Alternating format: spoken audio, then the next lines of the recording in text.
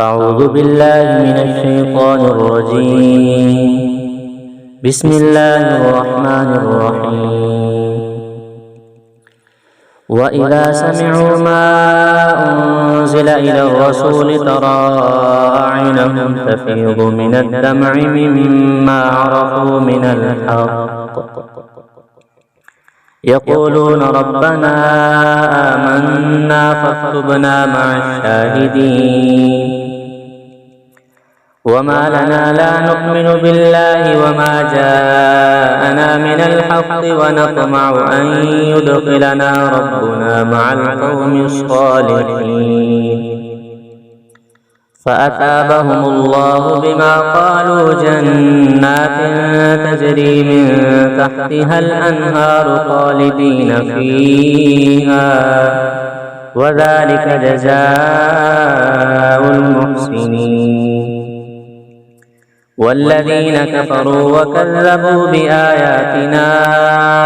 أولئك أصحاب الجحيم. يا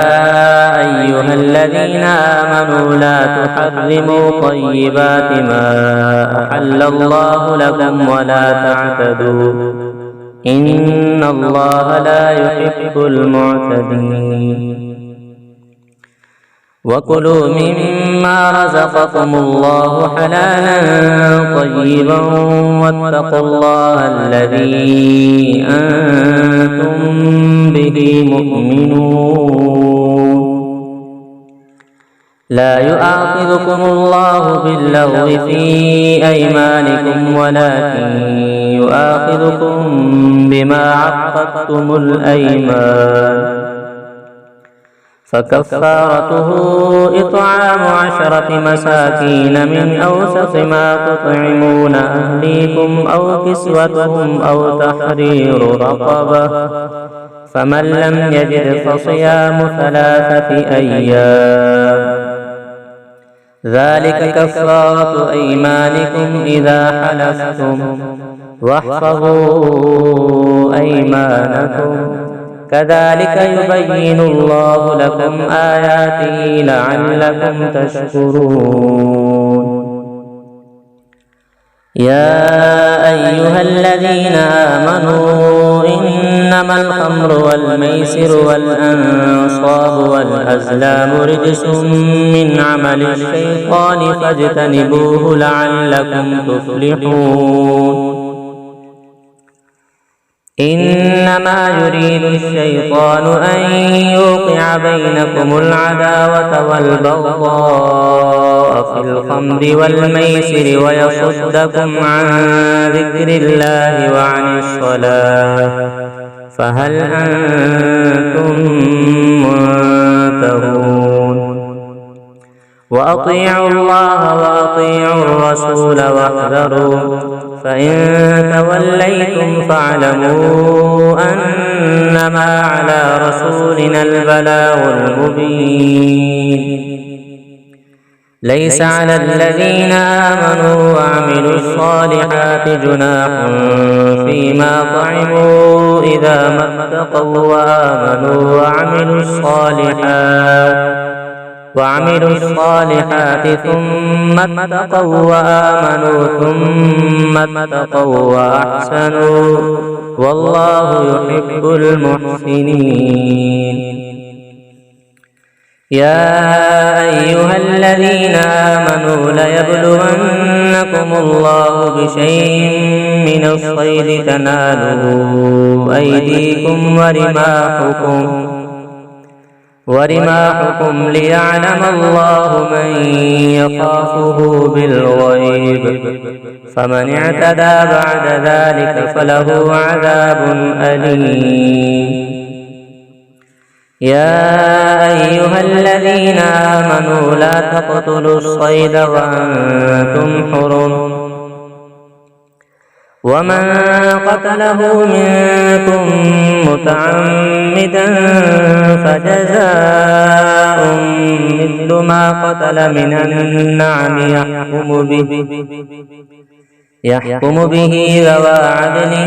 منكم هديا بالغ الكعبة أو كفارة طعام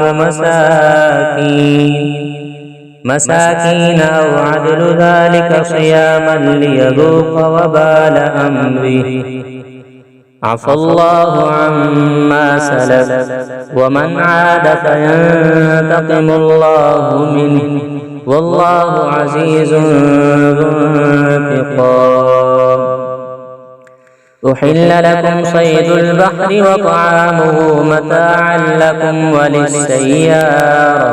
وحرم عليكم صيد البر ما دمتم حرما واتقوا الله الذي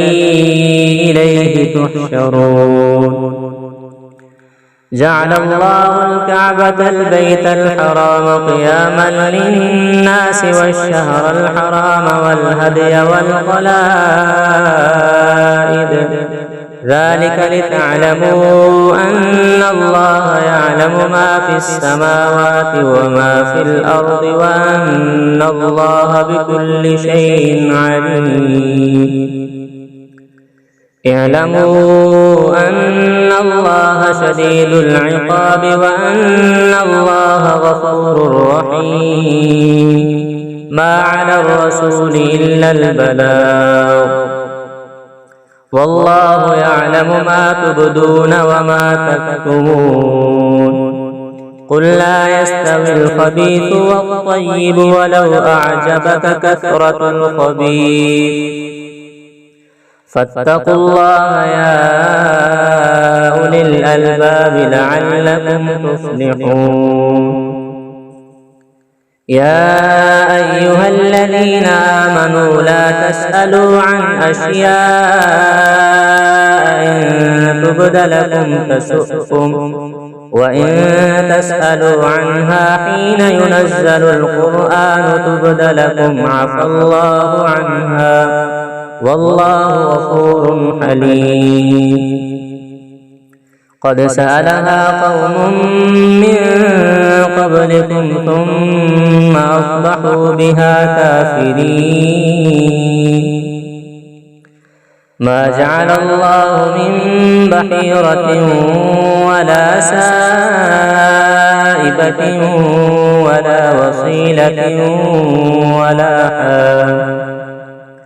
ولا حام ولكن الذين كفروا يفترون على الله الكذب وأكثرهم لا يعقلون. وإذا قيل لهم تعالوا إلى ما أنزل الله وإلى الرسول قالوا حسبنا ما وجدنا عليه آباءنا أولو كان آباؤهم لا يعلمون شيئا ولا يهتدون. يا أيها الذين آمنوا عليكم أنفسكم لا يضركم من ضل إذا اهتديتم إلى الله مرجعكم جميعا فينبئكم بما كنتم تعملون. يا أيها الذين آمنوا شهادة بينكم إذا حضر أحدكم الموت حين الوصية اثنان ذوى عدل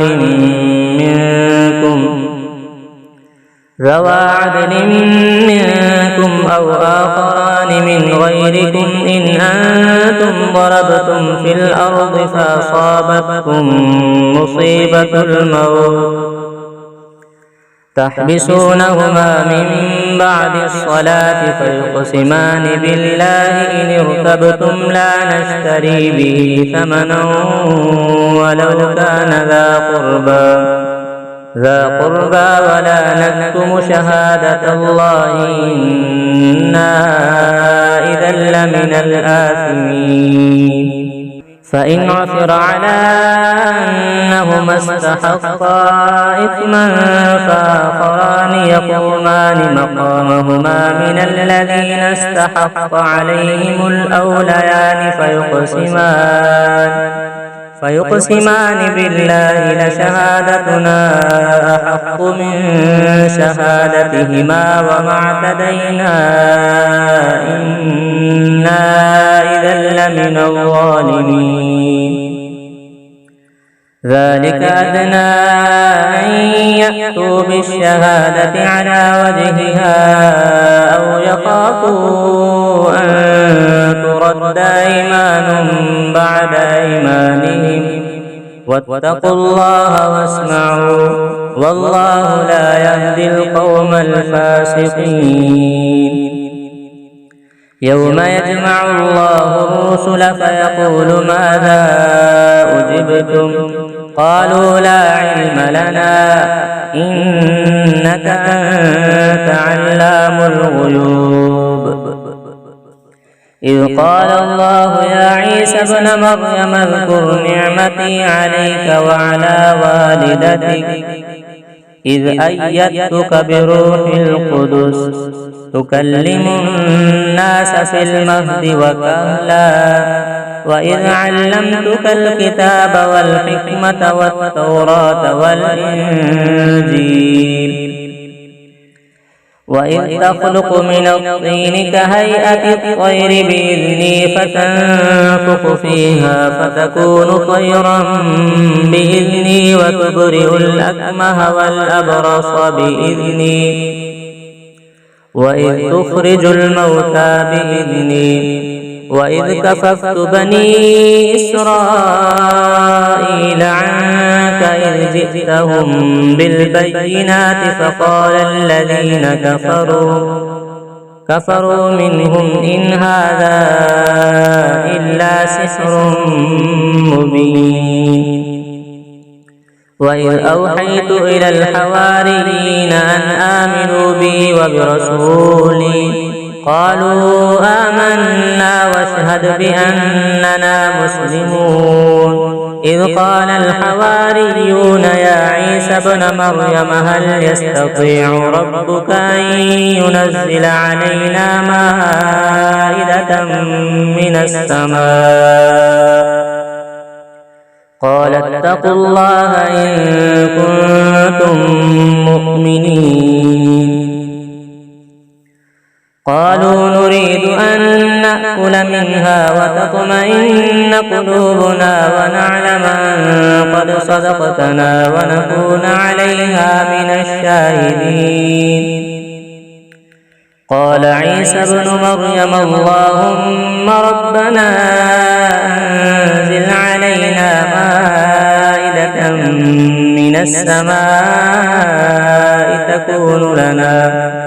تكون لنا عيدا لأولنا وآخرنا وآية منك وارزقنا وأنت خير الرازقين. قال الله إني منزلها عليكم فمن يكفر بعد منكم فإني أعذبه عذابا لا أعذبه أحدا من العالمين. وإذ قال الله يا عيسى ابن مريم أأنت قلت للناس اتخذوني وأمي إلهين من دون الله قال سبحانك ما يكون لي أن أقول ما ليس لي بحق إن كنت قلته فقد علمته تعلم ما في نفسي ولا أعلم ما في نفسك إنك أنت علام الغيوب. ما قلت لهم إلا ما أمرتني به أن اعبدوا الله ربي وربكم وكنت عليهم شهيدا ما دمت فيهم فلما توفيتني كنت أنت الرقيب عليهم وأنت على كل شيء شهيد. إن تعذبهم فإنهم عبادك وإن تغفر لهم فإنك أنت العزيز الحكيم. قال الله هذا يوم ينفع الصادقين صدقهم لهم جنات تجري من تحتها الأنهار خالدين فيها أبدا رضي الله عنهم ورضوا عنه ذلك الفوز العظيم. لله ملك السماوات والأرض وما فيهن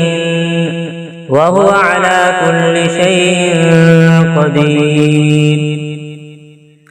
بسم الله الرحمن الرحيم. الحمد لله الذي خلق السماوات والأرض وجعل الظلمات والنور ثم الذين كفروا بربهم يعدلون. هو الذي خلقكم من طين ثم قضى أجلا وأجل مسمى عنده ثم أنتم تمترون. وهو الله في السماوات وفي الأرض يعلم سركم وجهركم ويعلم ما تكسبون. وما تأتيهم من آية من آيات ربهم إلا كانوا عنها معرضين.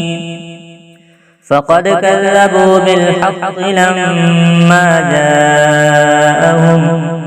فسوف يأتيهم أنباء ما كانوا به يستهزئون. ألم يروا كم أهلكنا من قبلهم من قرن مكناهم في الأرض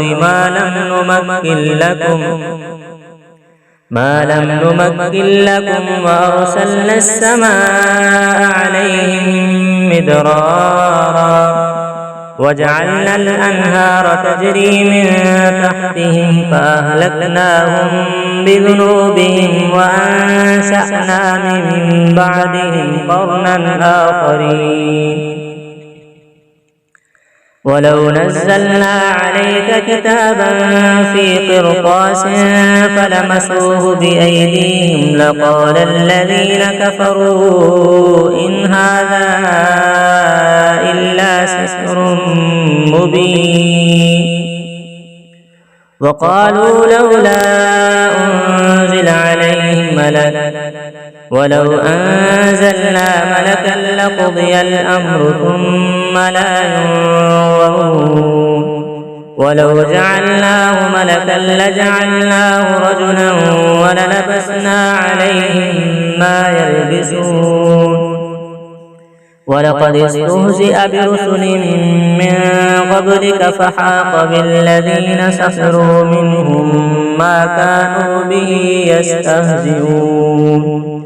قل سيروا في الأرض ثم انظروا كيف كان عاقبة المكذبين. قل لمن ما في السماوات والأرض قل لله كتب على نفسه الرحمة ليجمعنكم إلى يوم القيامة لا ريب فيه الذين خسروا أنفسهم فهم لا يؤمنون. وله ما سكن في الليل والنهار وهو السميع العليم. قل أغير الله أتخذ وليا فاطر السماوات والأرض وهو يطعم ولا يطعم. قل إني أمرت أن أكون أول من أسلم ولا تكونن من المشركين.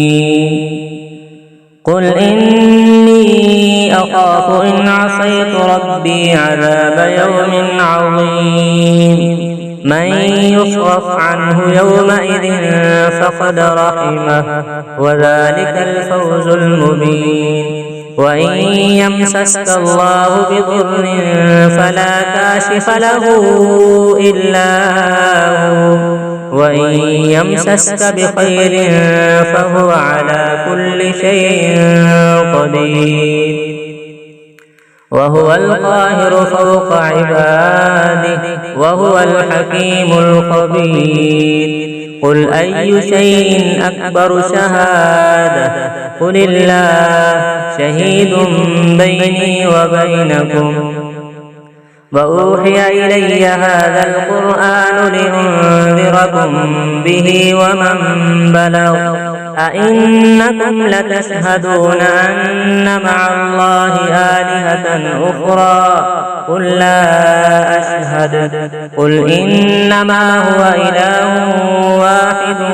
وإنني بريء مما تشركون الذين آتيناهم الكتاب يعرفونه كما يعرفون أبناءهم الذين خسروا أنفسهم فهم لا يؤمنون ومن أظلم ممن افترى على الله كذبا أو كذب بآياته إنه لا يفلح الظالمون ويوم نحشرهم جميعا ثم نقول للذين أشركوا أين شركاؤكم الذين كنتم تزعمون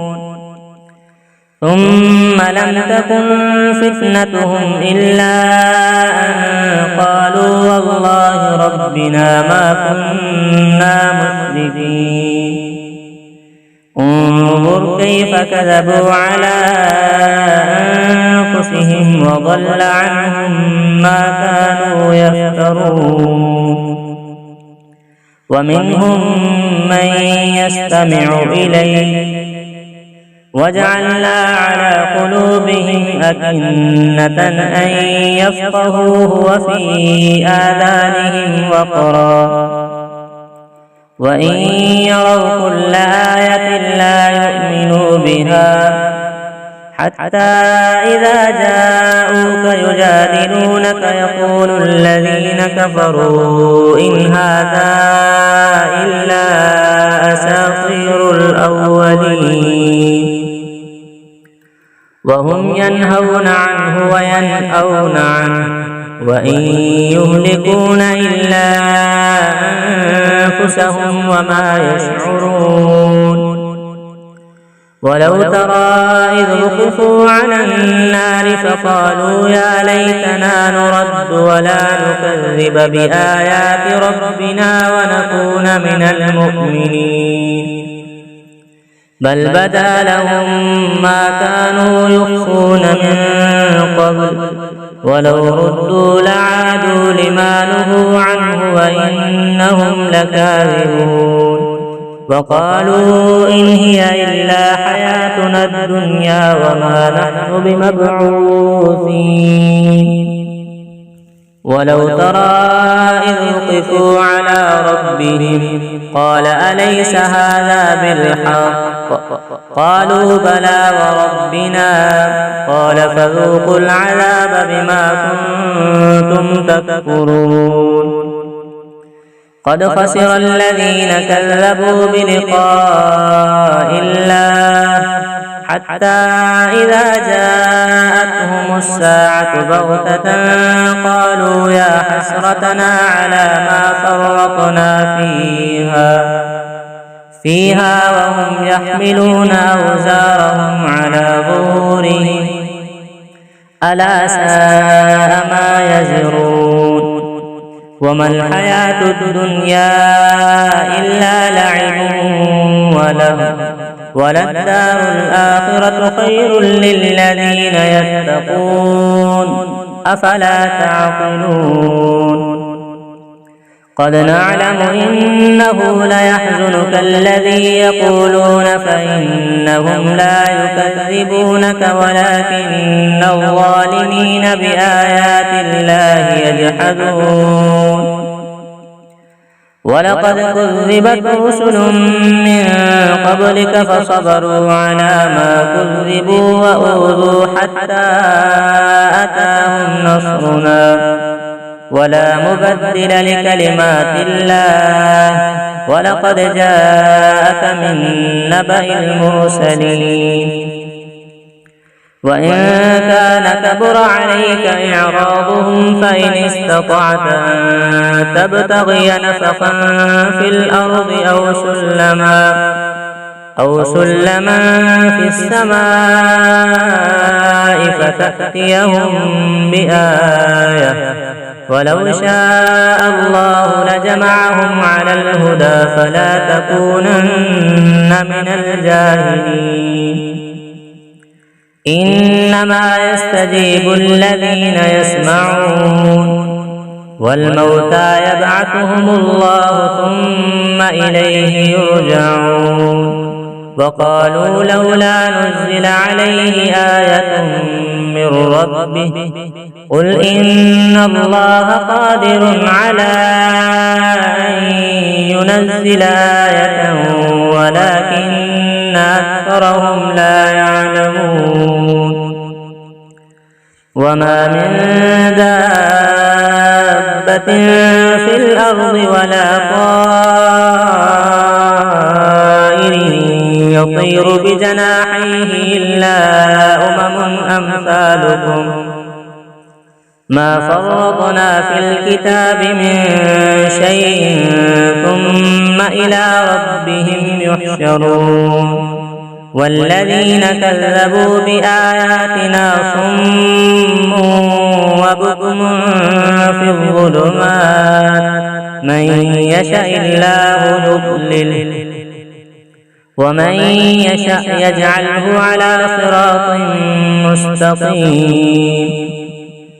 قل أرأيتكم إن أتاكم عذاب الله أو أتتكم الساعة وغير الله تدعون إن كنتم صادقين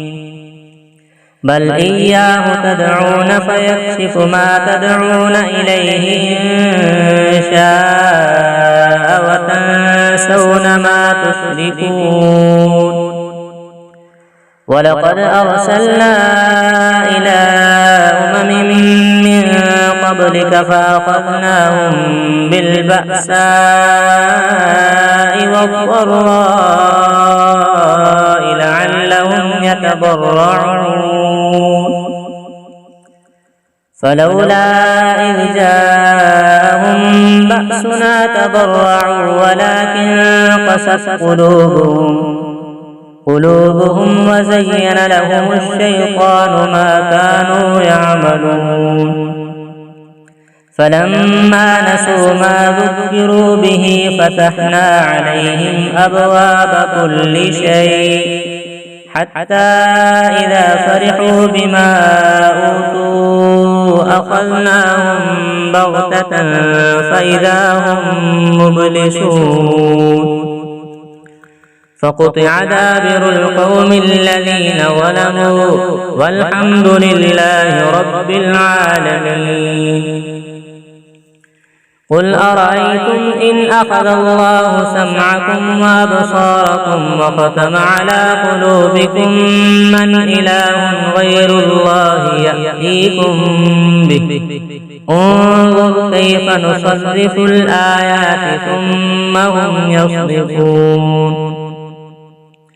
قل أرأيتكم إن أتاكم عذاب الله بغتة أو جهرة هل يهلك إلا القوم الظالمون وما نرسل المرسلين إلا مبشرين ومنذرين فمن آمن وأصلح فلا خوف عليهم ولا هم يحزنون والذين كذبوا بآياتنا يمسهم العذاب بما كانوا يفسقون قل لا أقول لكم عندي خزائن الله ولا أعلم الغيب ولا أقول لكم إني ملك إن أتبع إلا ما يوحى إلي قل هل يستوي الأعمى والبصير أفلا تتفكرون وأنذر به الذين يخافون أن يحشروا إلى ربهم ليس لهم من دونه ولي ولا شفيع لعلهم يتقون ولا تطرد الذين يدعون ربهم بالغداة والعشي يريدون وجهه ما عليك من حسابهم من شيء وما من حسابك عليهم من شيء فتطردهم فتكون من الظالمين وكذلك فتنا بعضهم ببعض ليقولوا أهؤلاء من الله عليهم من بيننا أليس الله بأعلم بالشاكرين وإذا جاءك الذين يؤمنون بآياتنا فقل سلام عليكم كتب ربكم على نفسه الرحمة أنه من عمل منكم سوءا بجهالة ثم تاب من بعده وأصلح فأنه غفور رحيم وكذلك نفصل الآيات ولتستبين سبيل المجرمين قل إني نهيت أن أعبد الذين تدعون من دون الله قل لا أتبع أهواءكم قد ضللت إذا وما أنا من المهتدين قل إني على بينة من ربي وكذبتم به ما عندي ما تستعجلون به إن الحكم إلا لله يقص الحق وهو خير الفاصلين قل لو أن عندي ما تستعجلون به لقضي الأمر بيني وبينكم والله أعلم بالظالمين وعنده مفاتح الغيب لا يعلمها إلا هو ويعلم ما في البر والبحر وما تسقط من ورقة إلا يعلمها ولا حبة في ظلمات الأرض ولا رطب ولا يابس إلا في كتاب مبين وهو الذي يتوفاكم بالليل ويعلم ما جرحتم بالنهار ثم يبعثكم فيه ليقضى أجل مسمى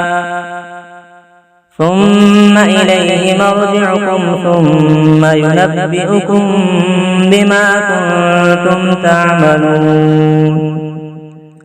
وهو القاهر فوق عباده ويرسل عليكم حفظه حتى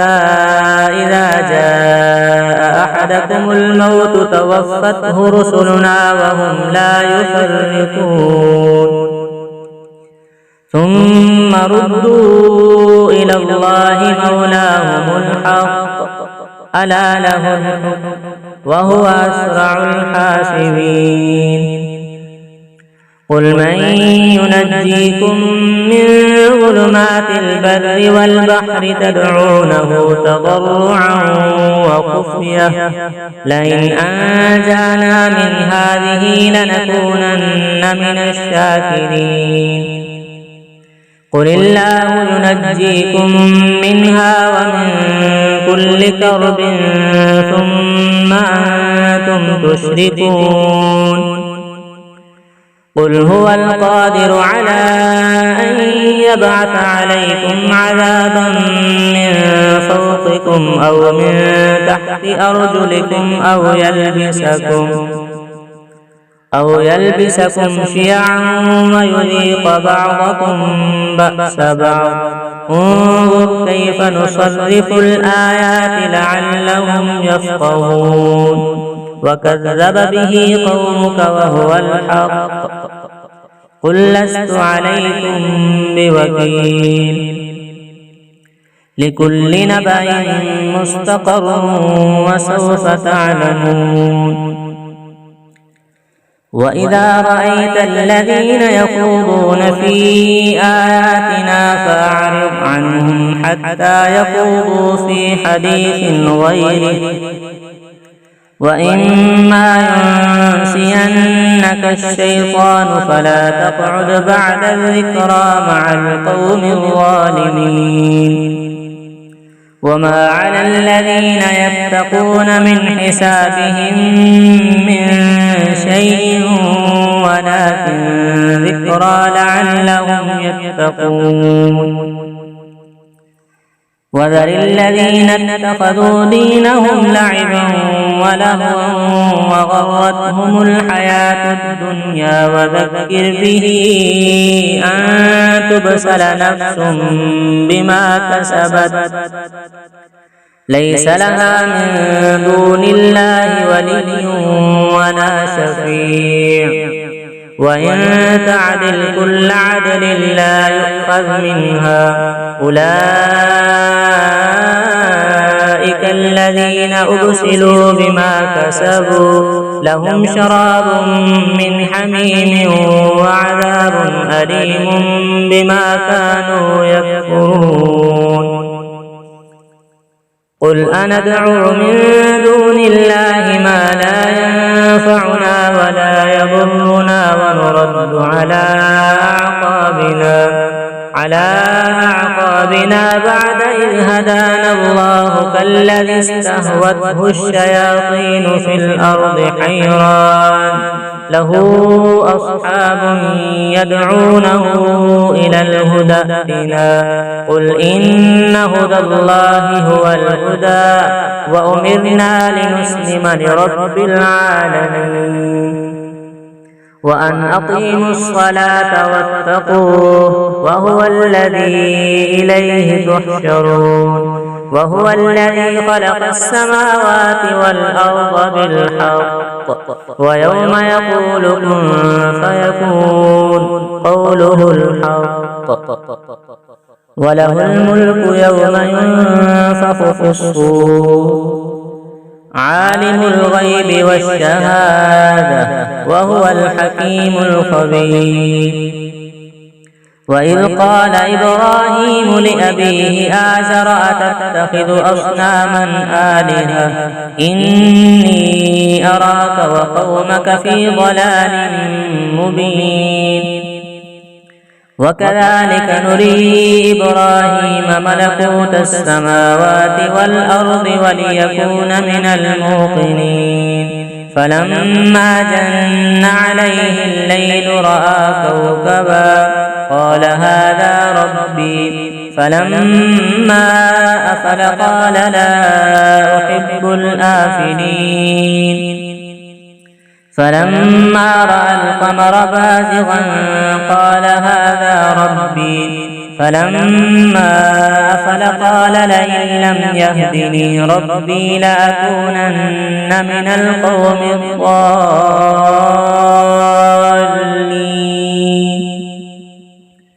فلما رأى الشمس بازغة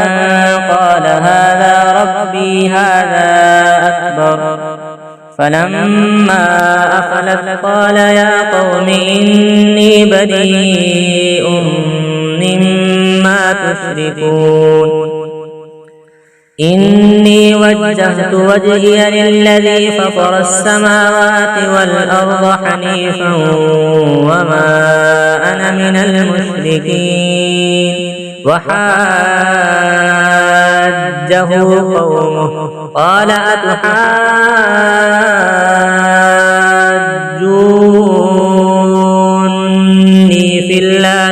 فقد هدان ولا أخاف ما تشركون به إلا أن يشاء ربي شيئا وسع ربي كل شيء علما أفلا تتذكرون وكيف أخاف ما أشركتم ولا تخافون أنكم أشركتم بالله ما لم ينزل به عليكم سلطانا فأي الفريقين أحق بالأمن إن كنتم تعلمون الذين آمنوا ولم يلبسوا إيمانهم بظلم أولئك لهم الأمن وهم مهتدون وتلك حجتنا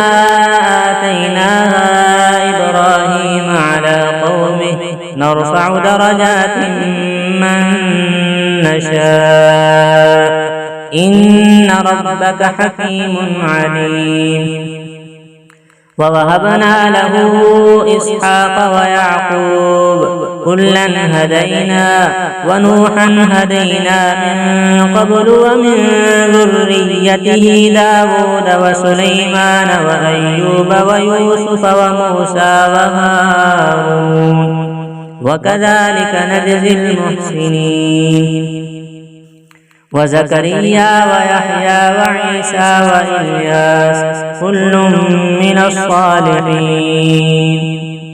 وإسماعيل واليسع ويونس ولوطا وكلا فضلنا على العالمين ومن آبائهم وذرياتهم وإخوانهم واجتبيناهم وهديناهم إلى صراط مستقيم ذلك هدى الله يهدي به من يشاء من عباده ولو أشركوا لحبط عنهم ما كانوا يعملون أولئك الذين آتيناهم الكتاب والحكم والنبوة فإن يكفر بها هؤلاء فقد وكلنا بها قوما ليسوا بها بكافرين أولئك الذين هدى الله فبهداه مقتده قل لا أسألكم عليه أجرا إن هو إلا ذكرى للعالمين وما قدروا الله حق قدره قالوا ما أنزل الله على بشر من شيء قل من أنزل الكتاب الذي جاء به موسى نورا وهدى للناس تجعلونه قراطيس تبدونها وتخفون كثيرا وعلمتم ما لم تعلموا أنتم ولا آباؤكم قل الله ثم ذرهم في خوضهم يلعبون وهذا كتاب أنزلناه مبارك مصدق الذي بين يديه ولتنذر أم القرى ومن حولها والذين يؤمنون بالآخرة يؤمنون به وهم على صلاتهم يحافظون ومن أظلم ممن افترى على الله كذبا أو قال أوحي إلي ولم يوح إليه شيء ومن قال سأنزل مثل ما أنزل الله ولو ترى إذ الظالمون في غمرات الموت والملائكة باسطوا أيديهم أخرجوا أنفسكم اليوم تجزون عذاب الهون بما كنتم تقولون على الله غير الحق وكنتم عن آياته تستكبرون ولقد جئتمونا فرادا كما خلقناكم أول مرة وتركتم ما خولناكم وراء ظهوركم وما نرى معكم شفعاءكم الذين زعمتم أنهم فيكم شركاء لقد تقطع بينكم وضل عنكم ما كنتم تزعمون إن الله فالق الحب والنوى يخرج الحي من الميت ومخرج الميت من الحي ذلكم الله فأنى تؤفكون فالق الإصباح وجعل الليل سكنا والشمس والقمر حسبانا ذلك تقدير العزيز العليم وهو الذي جعل لكم النجوم لتهتدوا بها في ظلمات البر والبحر قد فصلنا الآيات لقوم يعلمون وهو الذي أنشأكم من نفس واحدة فمستقر ومستودع قد فصلنا الآيات لقوم يفقهون وهو الذي أنزل من السماء ماء فأخرجنا به نبات كل شيء فأخرجنا منه خضرا نخرج منه حبا متراكبا ومن النخل من طلعها قنوان دانية وجنات من أعناب والزيتون والرمان مشتبها وغير متشابه انظروا إلى ثمره إذا أثمر وينعه إن في ذلكم لآيات لقوم يؤمنون وجعلوا لله شركاء الجن وخلقهم وخرقوا له بنين وبنات بغير علم سبحانه وتعالى عما يصفون بديع السماوات والأرض أنى يكون له ولد ولم تكن له صاحبة وخلق كل شيء وهو بكل شيء عليم ذلكم الله ربكم لا إله إلا هو خالق كل شيء فاعبدوه وهو على كل شيء وكيل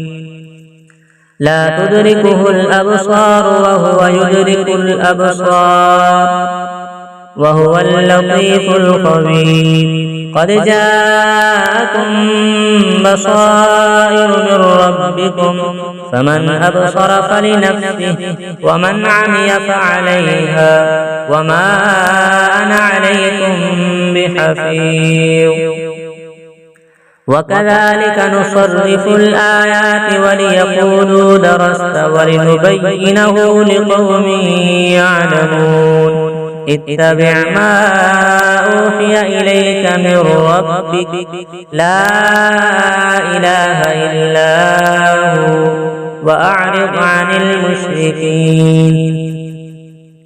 ولو شاء الله ما أشركوا وما جعلناك عليهم حفيظا وما أنت عليهم بوكيل